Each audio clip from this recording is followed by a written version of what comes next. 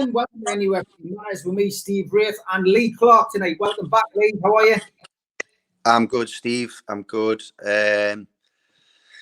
Not far now. The team's obviously back in pre-season training, so not far to go until the new season's upon us again. And obviously, lots of rumours going round about various different things now, signing.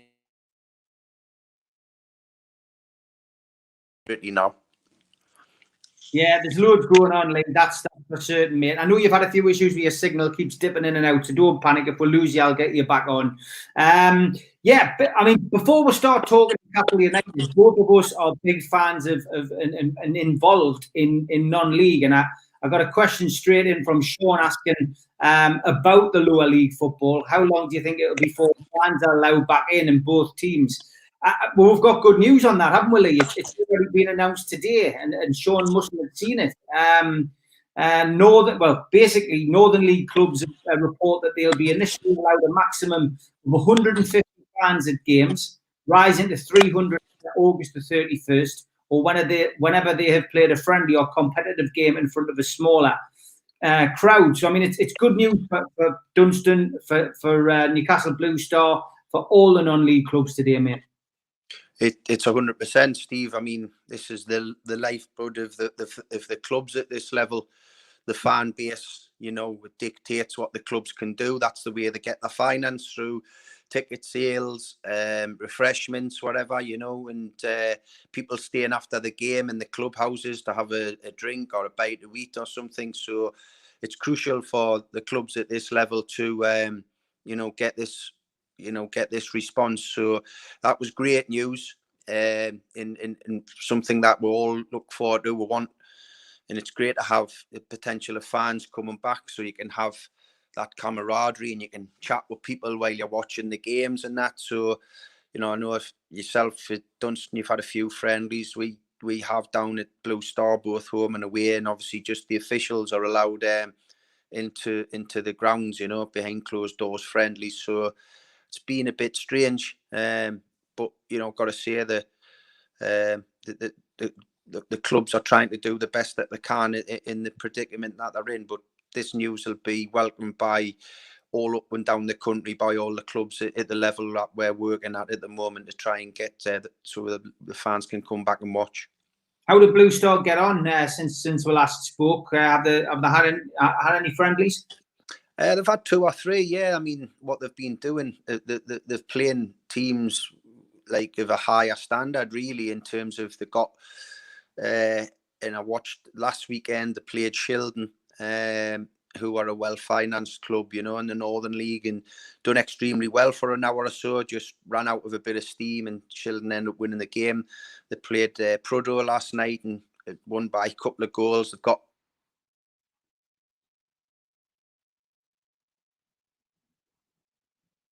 Oh, we've lost you, Lee. Tough game on Saturday. We're down at North Shields. So that's, what the team's getting ready for. I think it's 2nd or 3rd of September, midweek, the first league game in the Alliance level for the first team. Away at Seaton Delaval, and then the home game on the Saturday the 5th. So just getting the team prepped for that, really. Good stuff, mate. Well, good luck with that. Dunstan won 6-3 last night. Had a friendly against Berkeley. They got beat on Saturday against Wickham 3-0. Surprise result, that, really. But, you know, friendlies are there to blow the cobwebs out. And, when the real football starts in September, I'm sure Dunstan will be well up for it, as will Newcastle Blue Star. And hopefully the Blue Star strips are still selling, Lee. I keep getting messages from people saying that they've bought one, they've ordered one. So, that's proved to be I didn't realise part of my remit was to try and sort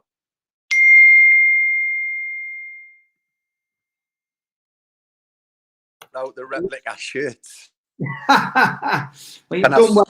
Can I sort out their they've ordered a XXL top, and can I sort that out, etc. You know, you've lost us a little bit on the picture there, haven't you?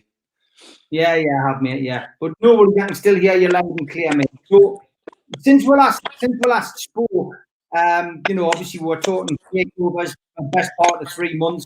We haven't gone through.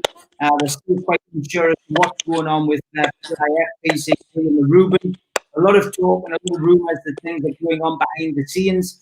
Some cryptic tweets suggest that that was the case as well.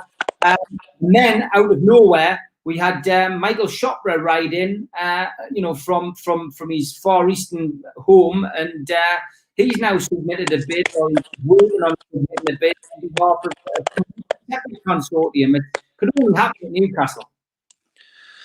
Absolutely. I mean, I wish I had stuck to my guns like the first time we talked about this, and I said I would never believe it till it actually had happened. So it's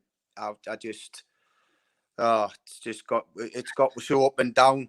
I put something on my Instagram account. I don't know whether to laugh or cry was my quote on it, and that's the way I feel, you know.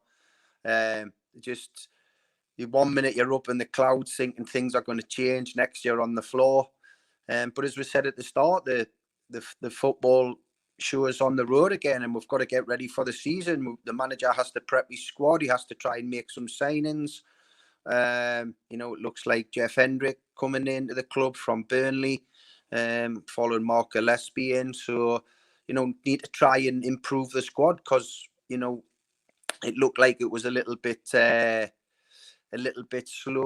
sluggish towards the end of the season. Needed a freshness about it. So hopefully that can happen. Yeah, I mean, we don't really know a great deal about the Chopra takeover attempt. We just know what has been put in the paper. I've spoken about it direct. He assures me that it's a genuine attempt by the club. I think, especially with the bid coming in 70 million less than PIF, from Mike Ashley's point of view, then he's going to pursue that deal until it's completely dead, isn't he? Before he starts looking at other shows in town.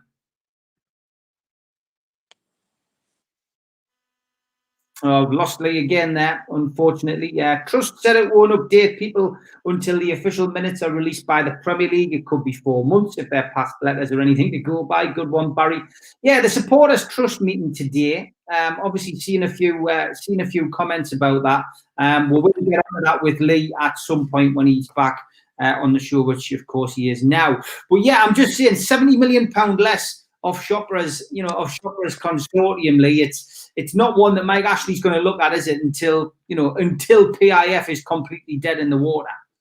I think so. I think what the thing is, Steve, is there's a real willingness, it looks like, from the Saudis and Amanda Staveley and Mike Ashley to get this deal concluded and try and get over the issues that have been put in front of them that stopped it at the moment. So, hopefully that one can be resurrected.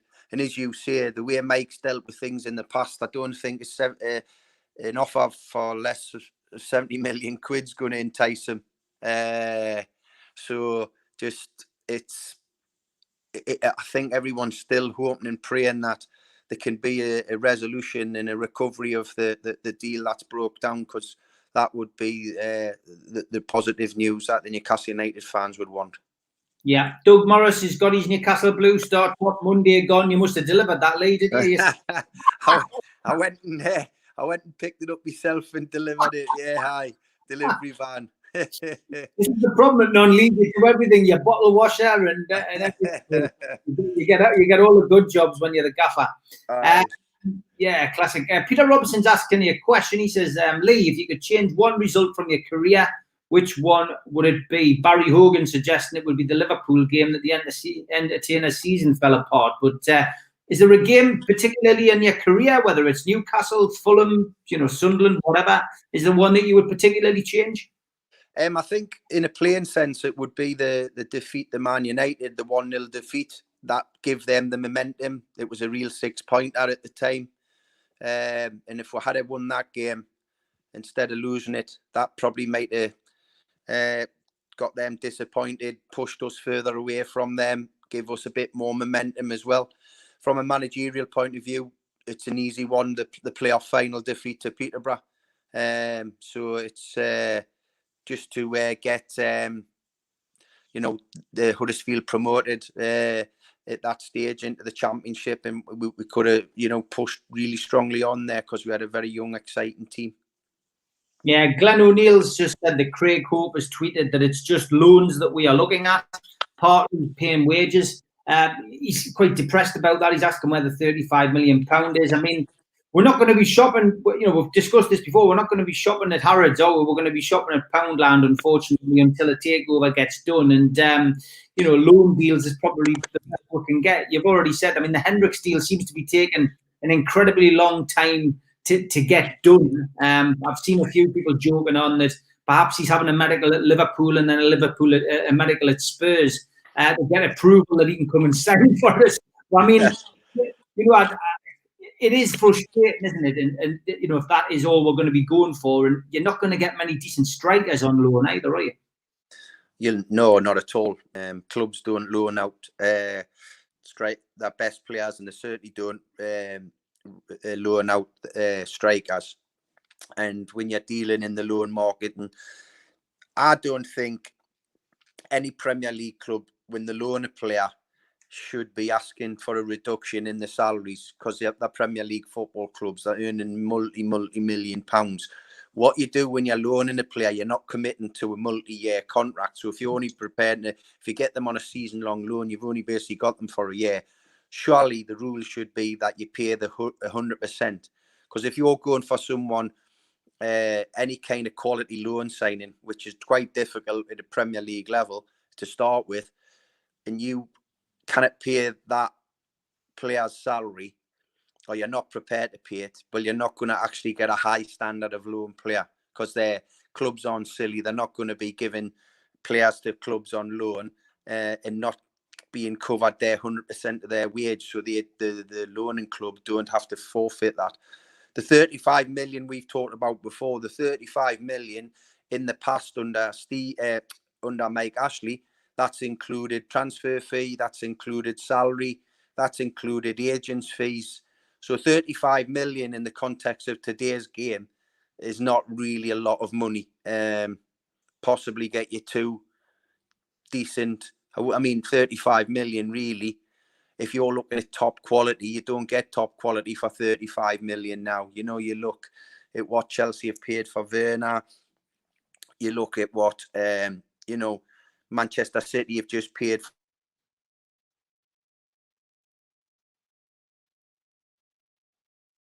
for young Nathan Ake, centre-half. That's over 40 million a look. It becomes difficult, you know. You've got to be looking to spend, if you're looking to bring top quality in, in the way that Mike talks about it, when he talks about the budget, meaning the whole package. If we're talking about bringing top draw in, we've got to be looking at somewhere around the 100 million mark, because when you're looking at players at the value of the figure that's out there at the moment for Steve, 35 million, it's not going to be the type of money that's going to attract. Because, for example, if we go for a Callum Wilson, you're probably going to think they'll want in excess of 15 million, probably pushing closer to 20 million for the player. He signs he's a young player. You sign him on a 5-year contract. The contract's going to be worth over 15 million over 5 years to the player. So, you know, because an average Premier League contract's around £2-3 million a year to the player. But you're bringing a striker in, they always cost an extra premium, the strikers. And so when it's like that, it's a bit worrying, because I do feel the squad needs freshened up. The squad needs improved. Because if not, it's going to be another tough whole season, and it's going to be an imperative good start of the season that we need a good start, because we don't want to be falling behind. No, definitely not. Peter Robson says, another one for you, Lee, says, I've managed kids football for years. The hardest part's unfortunately dealing with the parents. What do you find the hardest part of managing to be? Well, obviously, me just being involved in the senior game, don't have that issue. It's probably the reason why I've never got involved in academy football in terms of, you know, with professional clubs. Obviously, my role at Blue Star is completely different, where I'm looking over and overseeing everything from the youngest team all the way to the first team, in terms of helping them, bringing sponsorships in, putting coaching sessions on for the coaches to adapt to, and also the teams. But for me, in the professional game, was the agents. You know, they knew them, and the players had the power us as managers and head coaches didn't and don't really have a lot of power. Hopefully it's changed since COVID-19.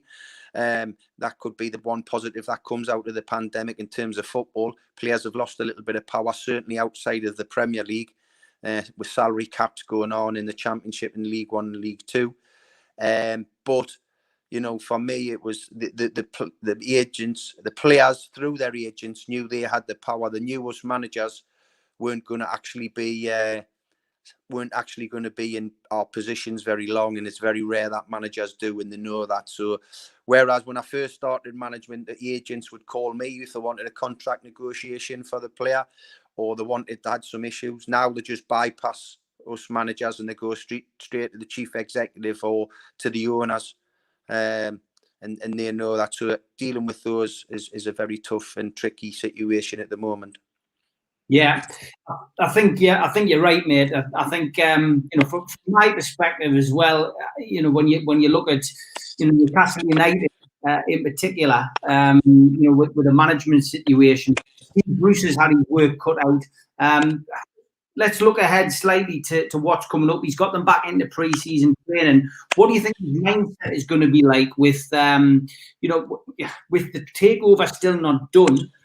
With a diminishing budget, or a budget which is non-existent, what do you think his mindset's going to be like? Do you think he's going to be focused? Do you think he's going to be positive and looking forward, or do you think he's going to be sitting there, you know, scratching his head, thinking, you know, I just don't know which way this is going to turn out? I think personally, the way he is as a guy, I think he'll be really positive. He'll be outwardly to the players. You know, he'll be backing them to the hilt. He'll be saying you've done terrific for us last season in the position that, you know, the club finished. Even though it frustrates me, I want to see them getting in the top 10 and challenging. But that's where the club is at the moment. That's the standard of the squad we have at the moment. But Steve's a positive type of guy. And as he's always said, and there's been this debate, hasn't there, Steve? It's his dream job. So he's not going to give up on it just because it's going to be getting a little bit tougher. Do you know what I mean? It's the one that he wants. So he's going to try and be positive. I think he'll be, you know, I think Jeff Hendrick's a good player, a good Premier League player, but is he an improvement on what we've got? Is he going to take us to the next level? That's what I'm saying. I've got no gripe against Jeff Hendrick. I think as I said, he's an international footballer for the Republic. He's done an excellent job in helping Burnley become what they have. A real, you know, credit to their club, and you know, so. But it's not one that's, you know, exciting and thinking that it's going to take us to the next level. And it is a huge improvement on the midfield players we already have at the club. And that's what it's all about. I think the signings that we have to make need to be ones that are going to go straight into the starting 11, going to improve us immensely.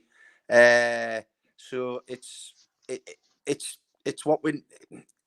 It's not a bad signing, but it's not one that's exciting for me. It's not one that's going to take us to the next level. But when we're dealing in the figures Steve's probably dealing in, it's probably a realistic signing, and so we can expect a few more of those type of players coming through the door. Yeah, David Crone's asking, how's Clarky feeling after his kettlebell workout? Have you been doing the kettlebells? I've been, my PT stuck a video on. I made a stupid decision, and I went out with him. Me and my wife went out with him and his partner on Saturday evening for a meal and a few drinks. So he's seen how much of the beer and red wine I was thinking. So he battered us on Tuesday morning when I was back in the gym. So, and I think he stuck it on his social media. I got through it. That's all I can say. Carl Chapman says, why has Chops' consortium gone public? Though we all know Ashley does his business privately. Yeah, it did surprise us that they went public so early, Lee. It's never a good sign. Mike Ashley doesn't really like all of that being played out in public, does he? No, not at all. And I think we've mentioned this before. Most of the deals that get done, takeover deals, are done, and then then you hear about them. You know, that's why you know, there wasn't a lot of rumours about the Saudi stuff before then they made the bid that was accepted by Mike. It wasn't a strung out thing like you know, what Michael Chopra's talking about with his consortium. But I mean, his Newcastle fans, I think it's another one, just a pinch of salt, really. It's just, when it happens, it'll happen, and if it happens, it will. We kind of concern ourselves with worrying about it now. So it's just I'm just focusing on the football now, Steve. To be honest, and if it comes off, hopefully by not getting caught up in it, maybe that might make it happen quicker. Yeah, well, let's keep our fingers crossed. A lot of talk about Newcastle United Supporters Trust meeting today. They met the Premier League. Obviously, it's part of their quarterly meetings with the Premier League. They managed to get the takeover on the agenda, which was great. They have put a statement out, according to a lot of the people watching tonight, essentially just saying that they've had constructive talks. Christopher tends to think that means status quo, no progress. We'll see what happens. But, I mean, the supporters, going in and having half an hour with Richard Masters is still, I suppose you look at it, it's still a positively, isn't it, that fans are at least getting a chance to put their opinions across. Yeah, well, thankfully the fans are being listened to. And are being allowed to state their opinions and what they think. It ultimately, we always keep saying, and it's the right thing to say, and it is true. The clubs are always about the fans. That's all that matters, and we can't just say it and then not act on that. So when the Supporters Trust have asked for that meeting, and have allowed them, and the takeover has been on the agenda, I applaud that. But I hope something come out of it. And it's not just getting they're not just getting pushed to the side and getting told possibly what they want to hear, but no actions get done with it. Michael Hurst says, question for Lee: if you were not a footballer, Lee, what job would you have done, do you think?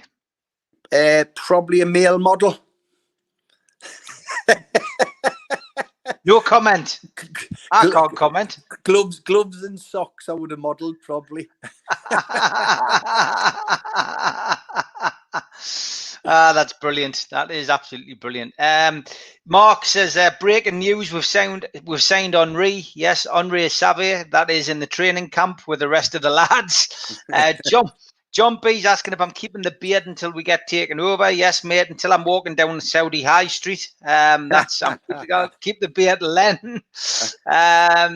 Lee, do you think Newcastle will stop up next season? And do you think we might finish higher than last season, says Tom Dixon?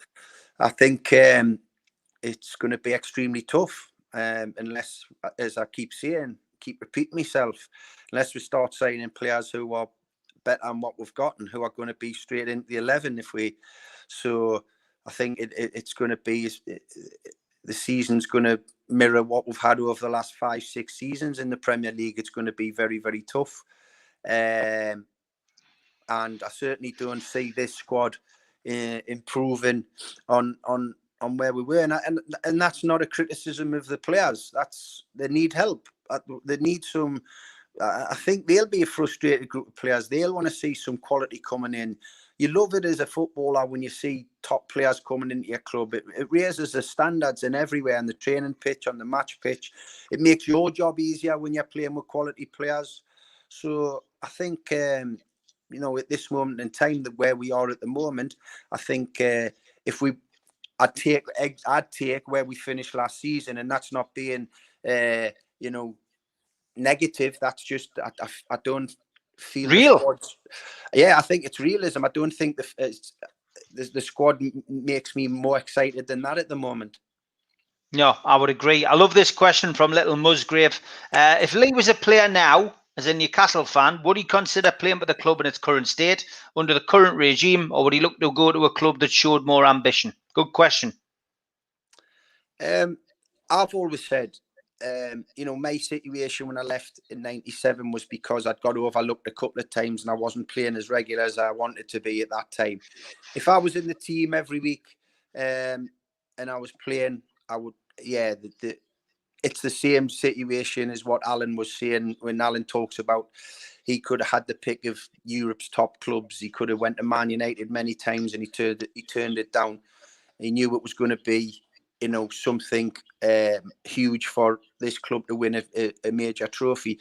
And I'm the same ilk. If I was a player today and I was playing regular, even though the current regime are in charge that I wouldn't be happy about, and the standard of the squad. You know, I'd feel the same if I was playing. I would be saying, you know, want to invest in the squad. I wouldn't be wanting to fight relegation battles all the time, but I'd certainly want to be there week in, week out. Because you know, if I was playing every week, yeah, that wouldn't be an issue. It's the dream position for any Newcastle fan and Geordie to be representing the club in the best league in the world. But I wouldn't be comfortable with the relegation battles all the time, you know.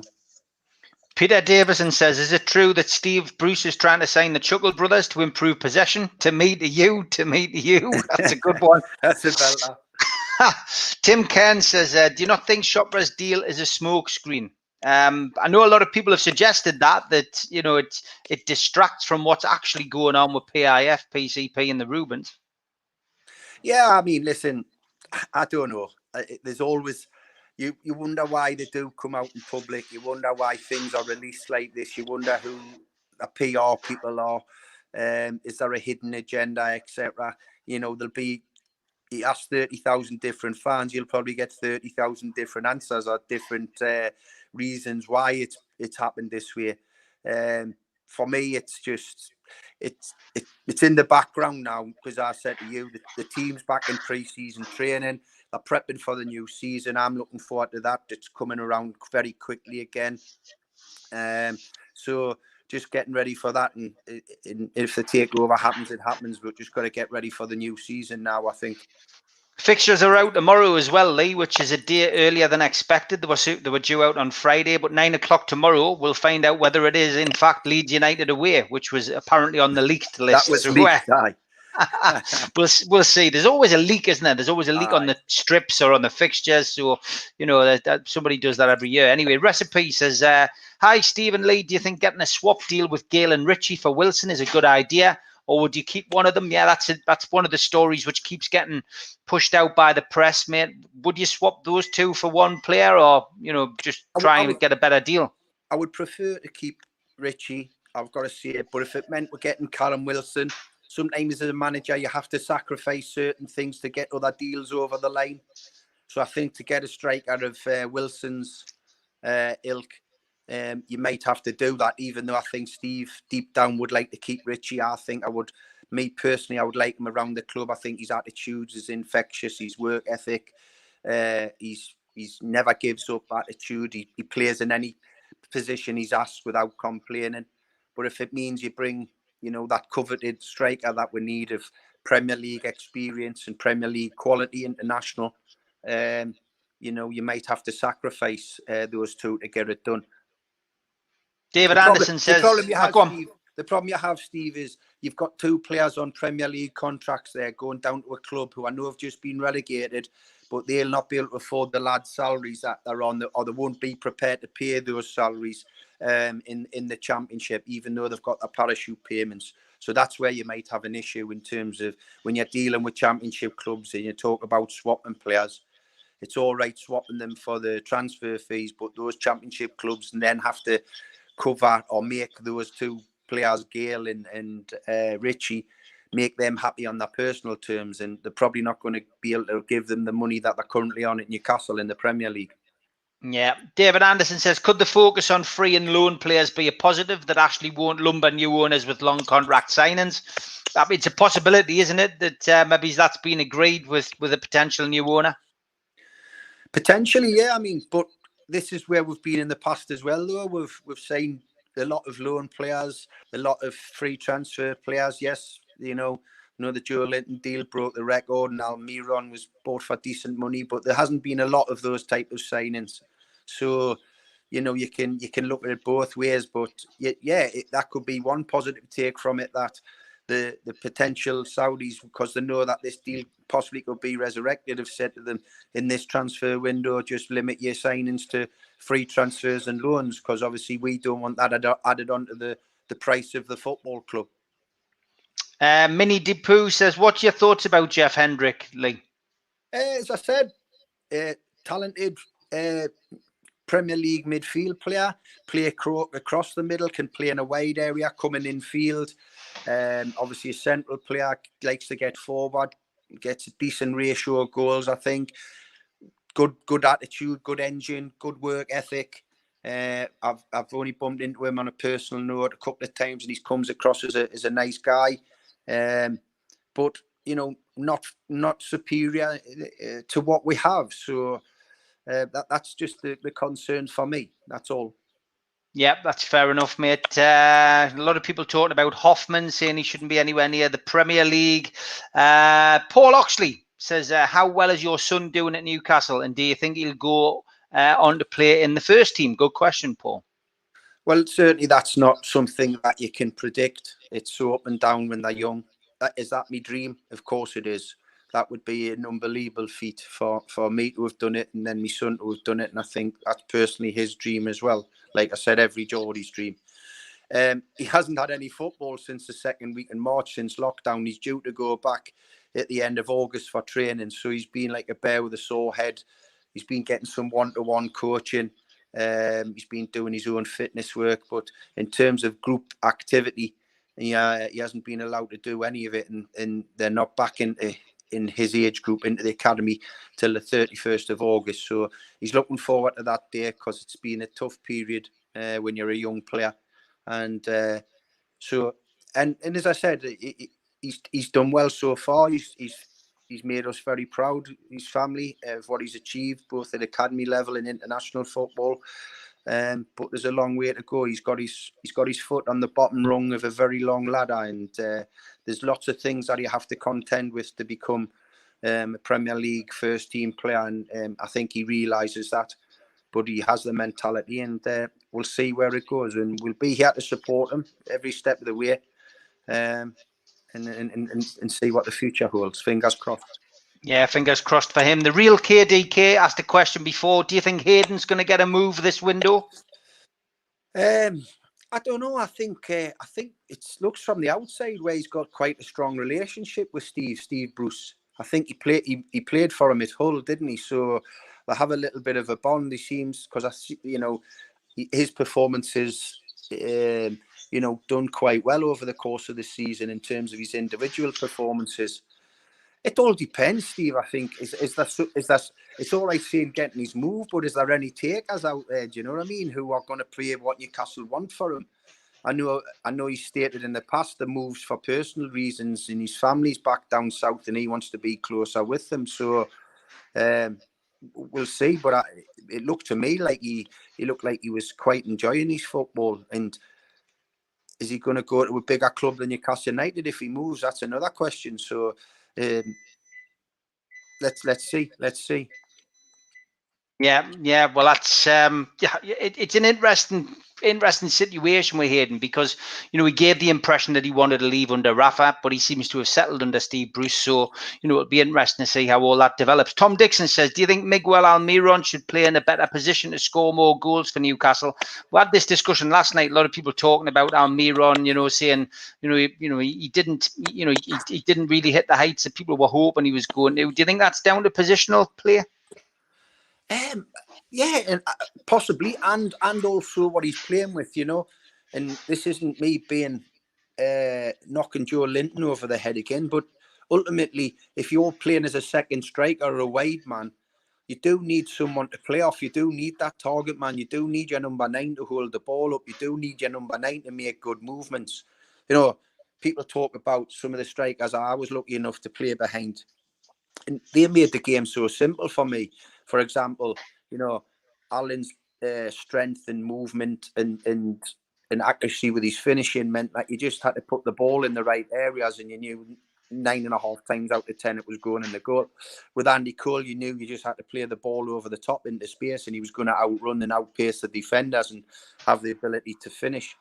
Les Ferdinand, any type of cross that comes in, he's going to be hanging in the air to power it home, and et cetera, et cetera. So you're sometimes only as good as the players around you, and I do believe he could be an exciting number 10 if Steve continues to play with a 4-2-3-1 system, and Almiron's the second striker behind the main striker.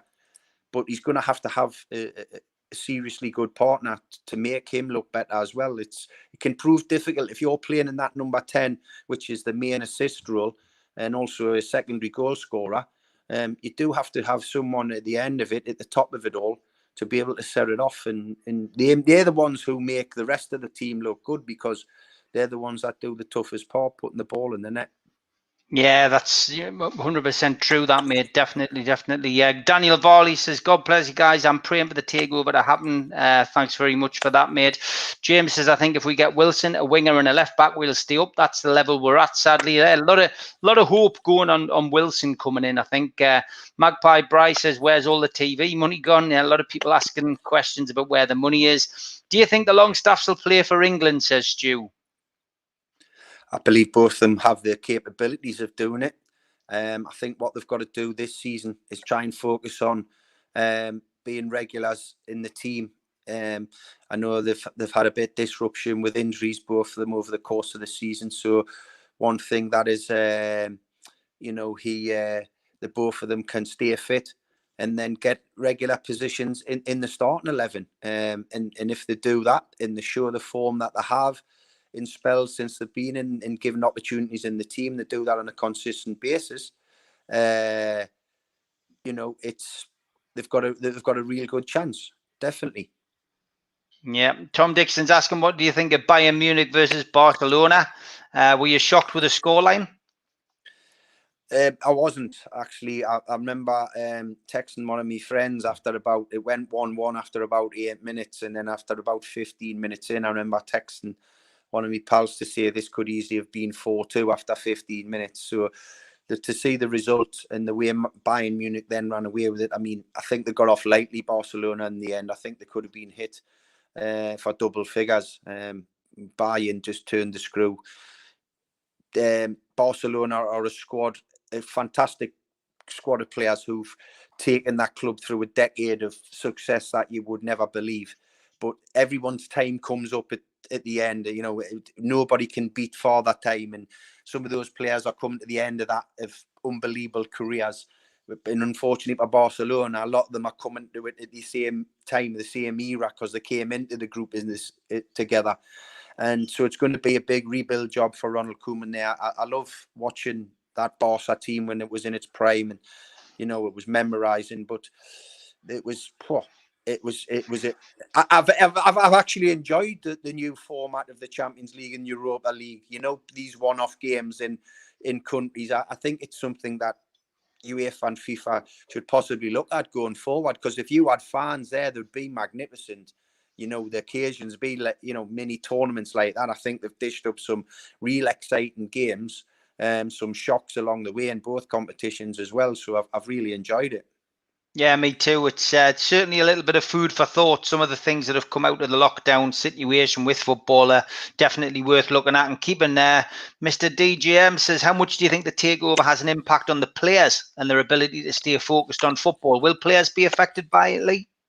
I can only speak from a personal point of view. Whenever there's been things going on at the clubs I've played at beyond our control, and it's never really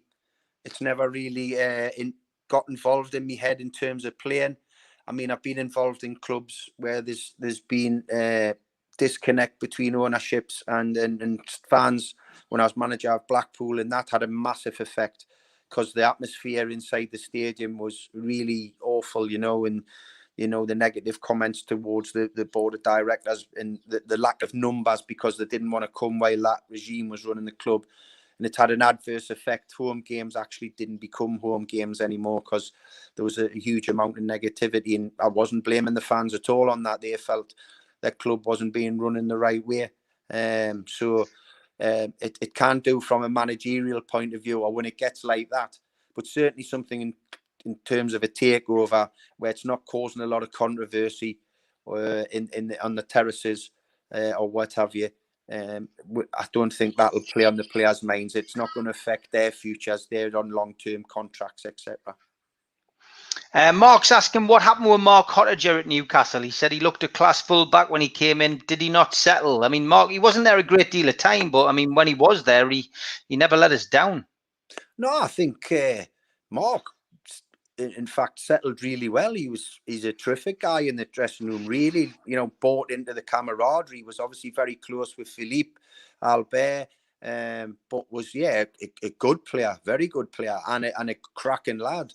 I think he might have had a scenario where he probably went out of the team a little bit and then decided to move on. I think nothing sinister, I think, and the lads really liked him.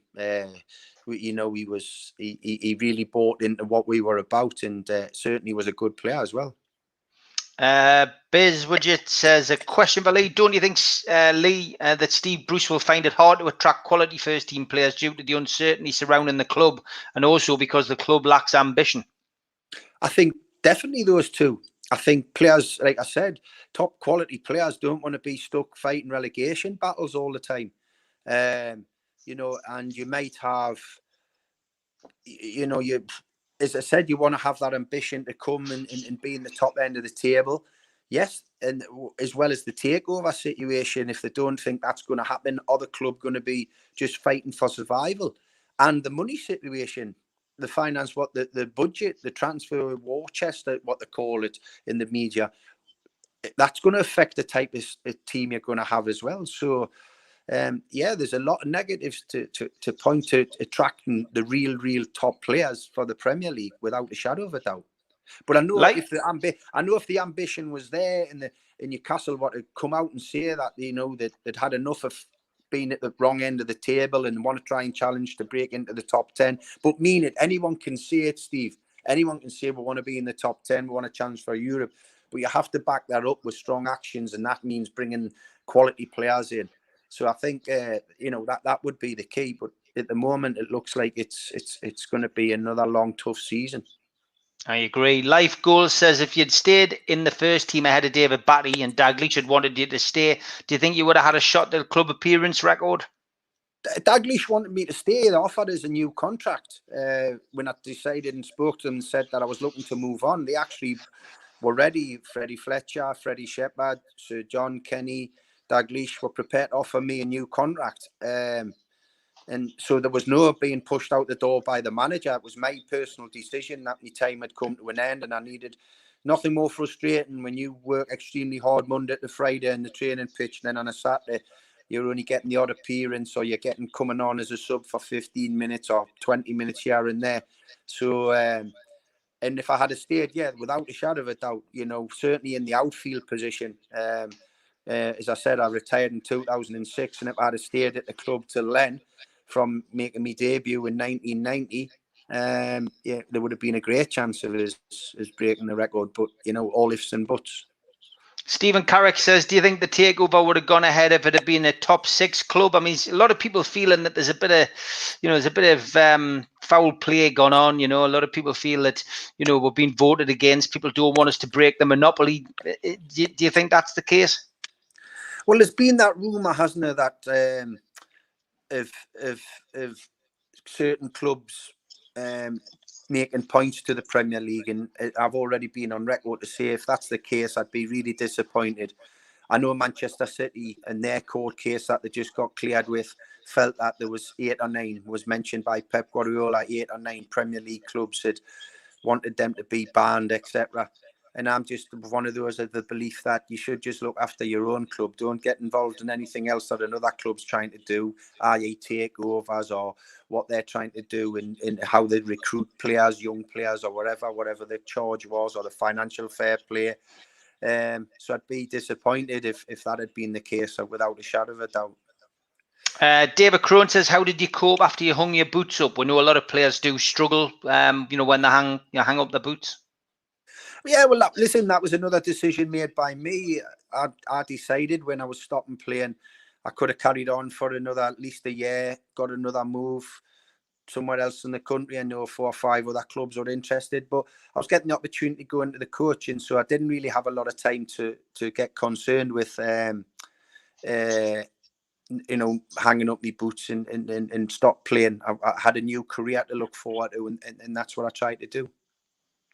Life Goals has come up with a solution to the takeover. He says the dream would be if you and Steve Watson and Robbie Elliott could somehow invent something and it'd be worth a combined 50 billion and then purchase the club. Any inventions on the horizon?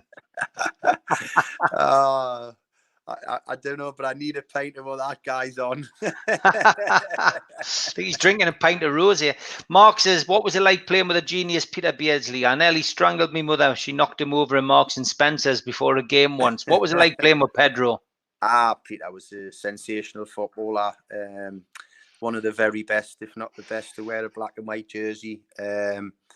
Could win games on his own. Scoring mesmerising goals to making goals out of just ridiculous passes. So, sensational footballer. Was a magician. Could both feet. Just done what he wanted really on a football pitch. I remember one day down at Spurs where we won 2-1. He scored 2 identical goals, dribbling from the halfway line in and out of players and smashing the ball in the roof of the net both times. So, an absolute top draw player. Nettle Warrior says, what do you think of Davies at Everton, Lee? Similar to Henrik. Is he good Premier League player? Is he better than Matty Longstaff? Is he better than Sean Longstaff? Is he better than Hayden? I would probably, put him at best level with them. So for me, not a necessary signing. Mad Mark says Chion Bura has just announced she'll be presenting a petition on Premier League transparency and accountability following the collapse of the takeover when Parliament returns next month, which is good. Mad Mark says that all Newcastle fans should sign it.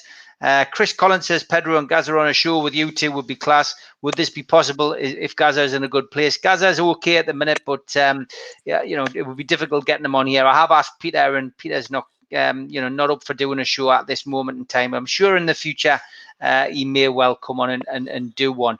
Neil says, what was Shearer like in the dressing room? Did he ever lose it with anyone? Many times. We all we did lots of times, As I said, it was that mentality that desperate to win the game and whatever we needed to do to get that result. So we could enjoy each other's company after the game in a good mood after winning. We've done it. We got it. And, Alan was a funny guy, very humorous, good, in on all the pranks with everyone. Typical Geordie lad. And so now we were all like that. We all demanded lots of each other. And if it meant, having a pop at each other in the dressing room, in terms of verbally, I never really got into too much physically, but there was the odd occasion. But that's what we needed to do to get results. Nicholas asks, do you keep in touch with Barry Venison? Just the odd time, I wouldn't say regular. He now lives in California. So he's done well and he's out over there. So them blonde locks will be getting blonder and the suntan will be doing well, I would have thought. We've got him on to do an interview. If you search the channel, we've got essentially one interview with Barry. He refused to come on with his face. So, I mean, but God knows what he looks like. He could have grey locks by now, Lee. He could be like you and me. Ball as a coot. He could be. Mark Dummigan says Batshuayi or Deeney would be a good fit. What's your take on both of them? I take Deeney above Batshuayi. I actually tried to say Troy Deeney for Birmingham City. He's a massive Birmingham City blue nose. He is. Birmingham City fan. He's got a Birmingham City tattoo on his leg. And I tried to sign him, but I was miles off on the personal terms. I couldn't get anywhere near what he was looking for. Yeah. He couldn't come to terms with our terms. Frankie says, I thought Hayden bought a house up here after he decided to stay because of the fans. I think he's still signed itself, just a club being tight-fisted with contract renewals. Yeah, everyone's got a take on that. Mark says, Lee, who was the toughest tackler you played against? Probably Roy Keane, or even my early career when I played against Brian Robson. When I first went into men's football and played against Man United, and Brian Robson hit us with a tackle, and it was just he smashed into my shoulder, he hit us in the stomach, he hit us on the knee and the ankle, the hip, all in one tackle. It was just being hit like with a train, and I thought, dear me, is this what men's football's all about? And then Roy Keane was a bit ferocious. Vieira was obviously a very, very powerful midfield player as well, Life goals again. He's on a roll tonight. He says, as a coach, why do you think players like Zlatan and Ronaldo are able to remain elite as they approach 40 when England's Wayne Rooney, Michael Owen, Robbie Fowler, etc. seem to be washed up by their 20s? Just a mentality. If you go and you watch behind the scene footage of how Ronaldo does his business, he employs his own team of specialists. So he's got his own physios, masseurs, fitness coaches, yoga teachers, whatever. He's leaving no stone unturned to be the best he can possibly be. And what that's delivered is one of the best players of his era, of any era, really. Same with Zidane. They don't cut any corners. They've got the natural talent, but they've got the work ethic to match that, and they've got the willingness and the dedication and that will to win. They have the fire in their belly as well. And I think you see what a supreme athlete Ronaldo is. It's phenomenal. Les asks, how many of the current squad would you keep if you were the manager, Lee? Is anybody who you'd ship out? Which ones would you break a gut to keep? Well, listen, Steve, it's a difficult question because it all depends on what I would be allowed to do with the funds. If I was allowed to reinvest, was I getting any more on the budget?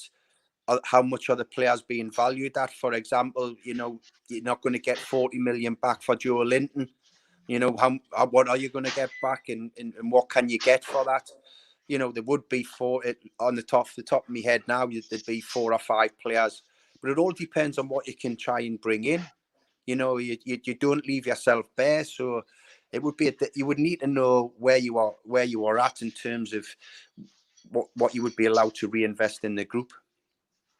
Michael Hurst says, quick question for Lee. Did you pick a song in the dressing room before kickoff for a match? Did you have control of that jukebox at any time? No, not really. Never got involved in that. And when I became a manager, some of the tunes that were being put on away games used to do me head in, because at least at home games I could go and sit in my own office and watch one of the early games that were on TV or whatever. But in away games, when I didn't have an office and I had to hang around the dressing room, and some of the music that some of these young lads put on now, it's just boom, boom, boom. It's just headache material. We couldn't wait until the team went out to warm up so I could turn off the big microphone thing that I had in the dressing room. David Crone says that you did invent something, Lee. You, Watto, and Robbie Elliott, you invented an empty pint glass. It wasn't empty for too long. Aaron Hunter's asking if you've got any funny stories about Tino. Any that you can tell? You got a good one? There's a lot. Obviously, I think I've told the one about the club car when his interpreter I used to drive for him, and then he decided there was a big press release at St James's where a big major car dealer it provided the club with new cars for all the players and the management staff, and we used to get them changed every 6 months to a different model. So we went across the whole range of the car company, and Tino decided that this was his time to start driving. Didn't need his interpreter to drive him anymore. So he collected his car keys, got the promotional picture taken with the dealership in front of his car, drove off past outside the Milburn stand, across Barrack Road, and then we just share a big smash as we're still getting our photos taken. And Tino walks back across the car park at the Milburn stand with his car keys in his hand and says to the guy, "Tino needs new car." He just wrote his car off as he drove across Barrack Road within 30 seconds. So that was one of them. Oh my God. Tim Cairns is asking, have you got any funny agent stories? Any stories about agents that you've had to deal with? You might not be able to name names, but I'm trying to think funny ones. I mean, frustrating ones, of course, but no, I'd need to think and come back here next come time back on that one. On that one, yeah. We've had this question 1,001 times. You haven't got that T-shirt. It wasn't your T-shirt. End of story. I'll answer that one for you. Frankie says, can you get David Ginola on? Any funny stories about Ginola? We've asked David Ginola's agent. I mean, I've got David's number direct, but you've got to go through his agent, sadly. And it's, again, not something for him at this moment in time, but I'm sure potentially he might come on at some point. Any funny stories about David? Yes, if you remember, when he first come, one of our pre-season friendlies was down at Rushden and Diamonds. They were owned by the guy who owned Dr. Martens at the time.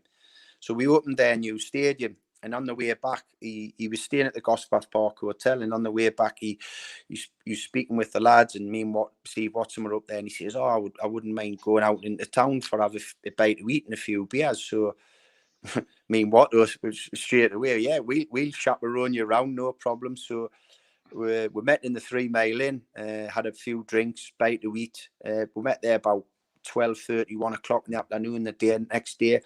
And it got to about 4 o'clock, and David turned to me and Watson and says, "Okay, lads, thanks for a great afternoon. I'm now going back to the hotel for a steam room and a jacuzzi and a massage." And we says, No, David, when you come out like us today, you stay out. So then 5 or 6 hours later, when he's down the town and me and Watson are banging our bottles on top of each other to see which one can fizz, he must have thought, what are these? But I remember I'd done a story about it because the next day in training we had a real tough running session because it was pre-season still. And me and Watto were at the front of the queue and he was green at the back. And I remember him coming in. I remember him coming in the dressing room afterwards and says, you two guys are crazy, man. How can you drink all that beer last night and you just run if nothing's happened the next day?" Great stuff. James asks, any funny initiation song stories? We've seen a few of them on Sky, I think, over the last couple of days, different ones that have happened. Any funny ones from your point of view? Do you know what? Players get more now. There's 2 groups of players. There's ones who are brilliant and they have all the backing music and they get right into it. And then you have the other group and they get so nervous. You know, I've seen players who just absolutely dread that first day in a hotel away with the team, where they've got to do that in an initiation song, and it's so daunting. I remember when I took Alan Thompson down to Birmingham on the coaching staff, and we played Middlesbrough away, first game of the season, and that's where he had to do his initiation song.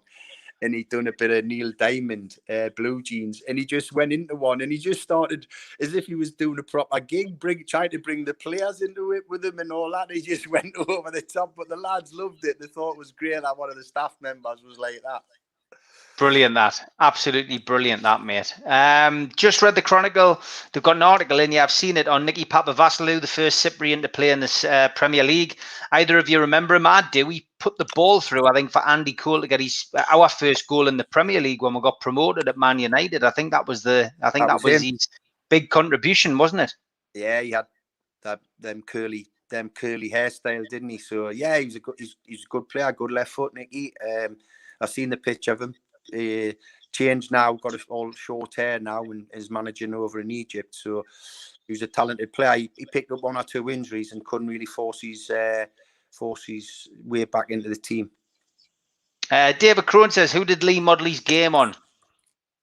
I didn't really pick a specific player, but obviously players in who I was growing up watching, who played in my position and was obviously, you know, close to, was Paul Gascoigne, you know. But you don't model your game on Paul because he was such a talent. He was a one-off, you know. But they were the midfield players of the era that I looked up to. Didn't specifically model myself on anyone really.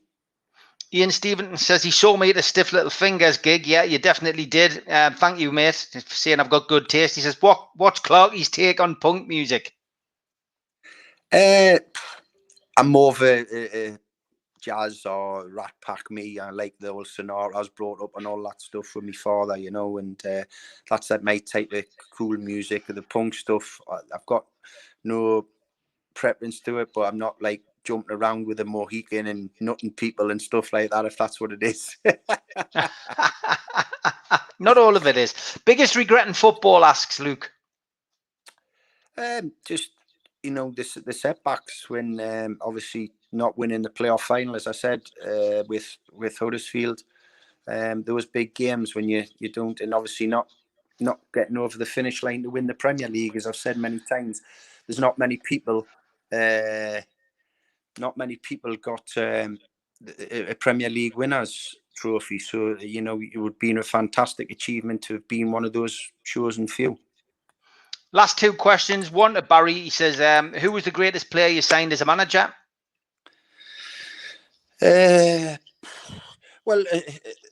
the ones who went on to make an impact were quite young, and obviously young Damari Gray was a player who I give his debut to at 16 after only playing 223 games, and he's went on to become a Premier League winner with Leicester and a very exciting young player. You've got the Jordan Rhodes story where we take from Ipswich for 350,000 and he becomes a huge goal scorer outside the Premier League and is sold for over 12 million. So there's those type of players at the lower types of level, you know, and a young lad up at Kilmarnock who I gave his debut to when he was 16, scoring his first goal for Celtic in a Champions League qualifier the other night, and Greg Taylor. So mainly young players like that in terms of what they do, you know. Yep. Last question. We'll give it to Stu. He says, as a manager, did you prefer to get your transfers done early, or were you made to wait until the end of the window to get value for money? Which way did you like to do it, Lee? I'd like to try and get them in as early as possible so they can get the full pre-season with the group. And you know, I usually used to take the team away on a training camp abroad, either in Austria, where we went with Birmingham, or Spain, with various clubs and stuff like that, and where we can bring them in, and they're living each other 24 hours a day then, and the new players can settle quickly. But it's not always that simple. If you want certain players, there's other clubs in for them and you're having to fight them off as well. So even though you would like to have done that, it doesn't always work like that, you know. Yeah, great answer, mate. Thanks for all your comments, guys. Lots of positivity. Lots of people enjoyed it. Please give it a like, hit the thumb, and then please share it as well. And if you have watched for the first time, please subscribe. Great to have you back on, Lee. And, you know, another 7 days, who knows? We might have a new owner. You never know. Hopefully. And some new players. And some new players, mate. Good luck to Blue Star. If they've got a game before we speak again, mate, I'll give you a shout for next week. Take care, mate. Cheers, Steve. Thank you. Bye. Cheers. Bye. Great to have Lee Clark on. Tomorrow night, of course, I'm back with Supermac and John Gibson. And then Friday night, we will have the three amigos, me, Steve Hasty, and Neil Mitchell. Saturday, we're going to have another worldwide show. They seem to be really popular with people. So that gives you your next 3 shows all around about the 6 o'clock mark again. But if you haven't subscribed, please give a subscribe to the to the channel. It's been absolutely fantastic to have so many people do that. And please give a like and a share to the video. Take care, guys. Have a good night.